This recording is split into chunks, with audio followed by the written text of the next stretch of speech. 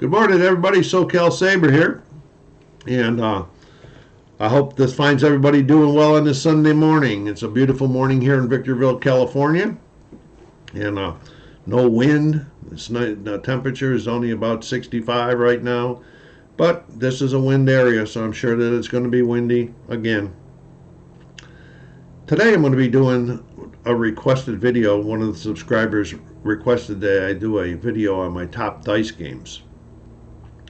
And as you can see there up on the left, you can barely make it out because of this lighting, but there's those are the games that I own and play. That's the stipulations of this video, that I own and play. And they're all up there. And before we get going, go down there and hit that like button, subscribe, push it out on your social media channels, and let me know in the remarks, what dice games do you play that I don't have, that you really like? I'd like to be able to go check them out and maybe add them to my collection. So need to hear from you on that.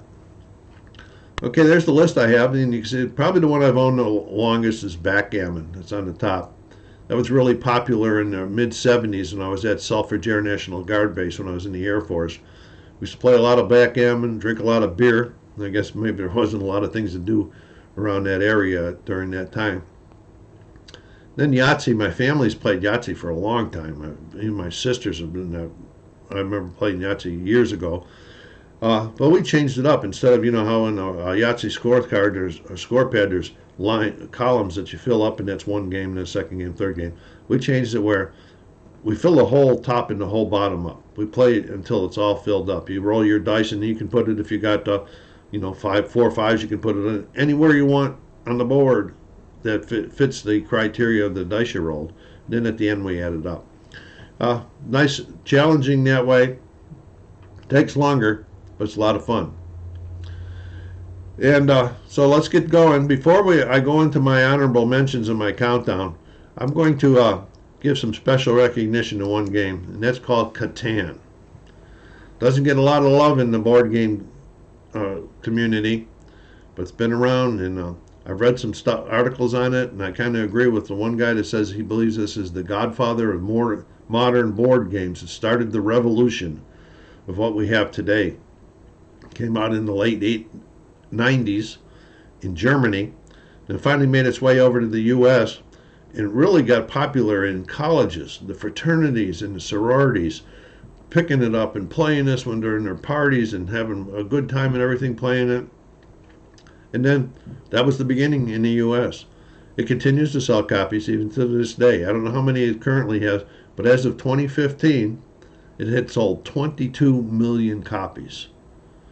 So there must be a lot of people that like the game and bought it, must be getting some sort of love. Just think if the designer kept some sort of rights where he's even only getting $5 a copy, that'd be $110 million. That's crazy money for making the game. But anyway, that's my special recognition, Catan. Okay, now for my honorable mentions. First one is Colony. This is a really cool dice game. You do some dice drafting, and then you can do dice manipulation you place them on your cards as you're trying to build your colony up and build all the aspects you need with engineering and tech and all of that, so forth. And I like it a lot. It's not it's in honorable mention only for one reason. I haven't been able to play it with anybody else yet, and I want to reserve a final rating on it till I can get to play it multiplayer. But I really do like it, and that's Colony. Rado does a nice review on it if you want to check it out. King of Tokyo. This is a really good one to have in the collection. People like it all the way from my age all the way down to my young grandchildren. So, it provides a lot of variety for the young kids who don't want to be playing too much Colony or things like that, and so they can play against Grandpa and try to beat him in the King of Tokyo. It's all, you got your monsters and you got dice rolling, you're trying to hit each other's monsters and everything. It's fun. We've played this as a family and had a good time. Next, Roll for the Galaxies. This is really good. This is a really good game.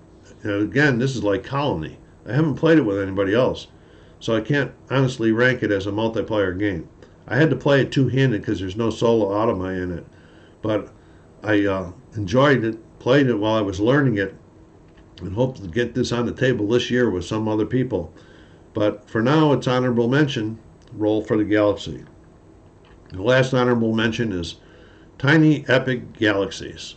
As you can see, it's a small box, small footprint. Easy, you can take this to the hotels if you're traveling and so forth. This is an easy one. You know, and it's a lot of fun. You're rolling dice. You're trying to get your spaceship around on these different planets, and so you can accomplish certain goals and gather victory points and everything. My grandson and I have played it a couple times, and he really likes it too. So that's the last of my honorable mentions. It's Epic Tiny Galaxies. So here we go with the top 5. I'm not going to have no drum rolls because I don't have any sound effects. I'd put it in if I had them, but I don't have them. So here's the number 5. Nemos War. It says this is a 1 to 2 player game, but I really believe it is built and plays better with one person. Even though I haven't played it with 2 people, I've read the rules over it, and I just don't care for the way it goes. I've played this several times. I really like it. You're out there with Nemo. You're going around the world. You're trying to complete tasks. You're trying to upgrade your ship. You're trying to upgrade your weapons. You're trying to collect things, and you go out there and you have certain goals, and your goals may change because you may be out there exploring, being an explorer for a while. Then all of a sudden the way things are going, you want to switch over and you become a conqueror. So now you're out there fighting and everything. And so it provides a nice story. It's a lot of fun, and I like it. There you go, number 5, Nemos War.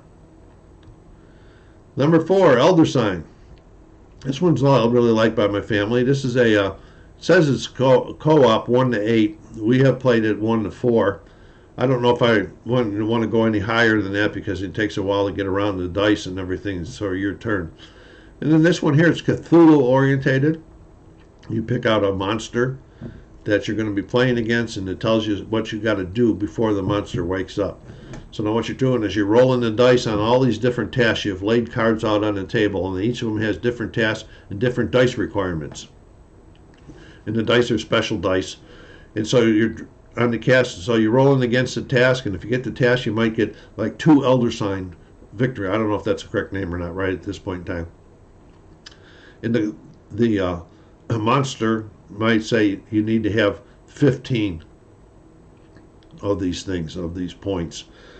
And if you don't have 15, by the time, and you're doing other things that are covering up, if you cover up the other things prior to you getting 15, then the monster wakes up. Then you have to fight the monster. And that's a pretty difficult task. I don't know how many times we played this, but we only won it once, and it's because my grandson got on a real hot dice roll during the battle, or else we were in bad shape. We wouldn't have made it. So there we are, number 4, Elder Sign. Number 3, Champions of Midgard. Champions of Midgard is a 2 to 4 person game. It's primarily worker placement. However, you know, you're going out there to get your food and your wood and all of those things you need to survive and take on your ship when you go across the water to explore other things.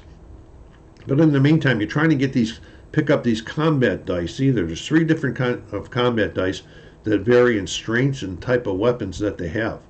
And you have to use these dice to fight off monsters and demons that come into your area. And each monster might say, okay, you got to have this type of weapon. So, okay, I got white dice with that weapon, or I got red dice with a weapon, whatever. There's 3 different colored dice. You got to use these to fight these, because if you don't fight these off, they can end the game. I forget how they can end it, but this is not cooperative. It is you're fighting these monsters, but you're also playing against the other players in a victory point decision at the end. Good game. Family likes it. I like it. Champions of Midgard, number 3. Okay, number 2 is Wingspan. Wingspan is a 1 to 5 player game. I have not played it solo yet. It has Autumn in it, and I hope to do that one of these days. But you know, my family liked it. It's easy to teach. You know, there are some mechanisms in the game that you can do without the dice. But the dice is the thing that you need to get food, different types of food. Because each bird that you want to place on your tableau costs you a certain amount of food. Okay, different types of food. So you're rolling these dice when it's your turn. If that's one of the actions you can do, roll the dice for food, and then whatever the dice comes up, you can pick one of the different types that show up on the dice. So the dice is really important because you want to get those birds on your tableau, start getting eggs on them, building that row up with the birds on it as an engine, and so you can score a lot of points and towards the end. It is a player against player, and it's points orientated, but it's a lot of fun. Check it out, Wingspan number 2. Okay, we're going down to number 1 now. Don't forget to hit that like button. Don't forget to leave me some comments on what dice games you like so I can check it out. And the number 1, and my number 1, probably this countdown may not even be what my family would vote on, but this is the way I like them, and it's Role Player. There are a couple expansions out with Role Player. I have one of them called Friends and Familia. You can play without it. Sometimes I play it, but you can play this solo. And I've played it solo, and I have played it multiplayer. It's 1 to 4 players, and I've played it 1 to 4 several times with different people. Everybody has liked it. Okay, you start off as dice drafting. First, you're going to draft this dice. Then you're going to take it over to your board. And on your board, there are rows with 3 open slots in it. And each slot has a different requirement. Like the first one might say, okay, you need a total of 12 or more points in these 3 rows. So you're going to put the dice in there, but also the different colored dice mean something for points in the game, and so far. And then it's like a puzzle. You're trying to put a puzzle. This is the puzzle mechanism. But also during the game, and occasionally, it gives you the opportunity to change a couple dice from one row to another row, or change it in the same row, but turn it upside down to get the opposite number on it. And it's challenging. It's a lot of fun. And that's my number 1. Role Player.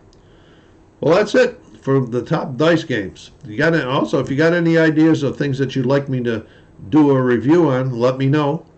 And until you see or hear me again, take care of yourselves out there. Be kind to each other. And I'll still say it still in these days of COVID. Stay safe.